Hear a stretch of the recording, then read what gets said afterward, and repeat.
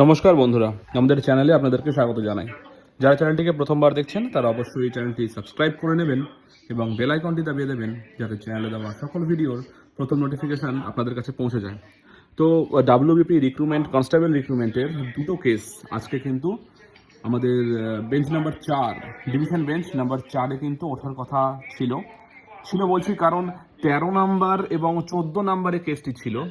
Mat 303 ছিল 13 নাম্বারে এবং ম্যাট 295 সবচেয়ে ইম্পর্টেন্ট কেস, সেটা ছিল 14 নাম্বারে।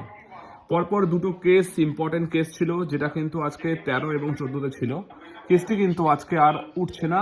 জাজ স্যার সম্পূর্ণ কথা শোনার জন্য রেডি ছিলেন, কিন্তু যারা পিটিশনার পক্ষ এবং যারা গভর্নমেন্ট পক্ষের উকিল, তারা কিন্তু ক্লিয়ারলি বলছেন যে আজকে শোনা যাচ্ছে না, আজকে কোনো প্রবলেম আছে। নেক্সট ডেট ওনারা চাইলেন গভর্নমেন্ট পক্ষ থেকে। তো এবার নেক্সট ডেট যেটা ফিক্স করা হলো সেটা হলো 17 তারিখ। 17 তারিখে হচ্ছে নেক্সট ডেট। 17 তারিখে আবার কেসটি উঠবে। সেদিন স্যার শুনবেন যে এটা কি করা যায়, হাইটের যে ব্যাপারটা। তো আজকে কেসটি আর উঠছে না। আরও একটা কেস এখনো পেন্ডিং আছে আজকেই, যেটা 85 নাম্বারে আছে। একটু পরেই আছে, হয়তো দুটোর পরে উঠতে পারে কি পারে না বলা মুশকিল, কারণ 85 আছে, সেটা আমরা বুঝতেই পারছি। 85 মানে বেশ ডিস্টেন্স বলা চলে। তো যাই হোক, তো আজকে এই ছিল আপডেট। ধন্যবাদ।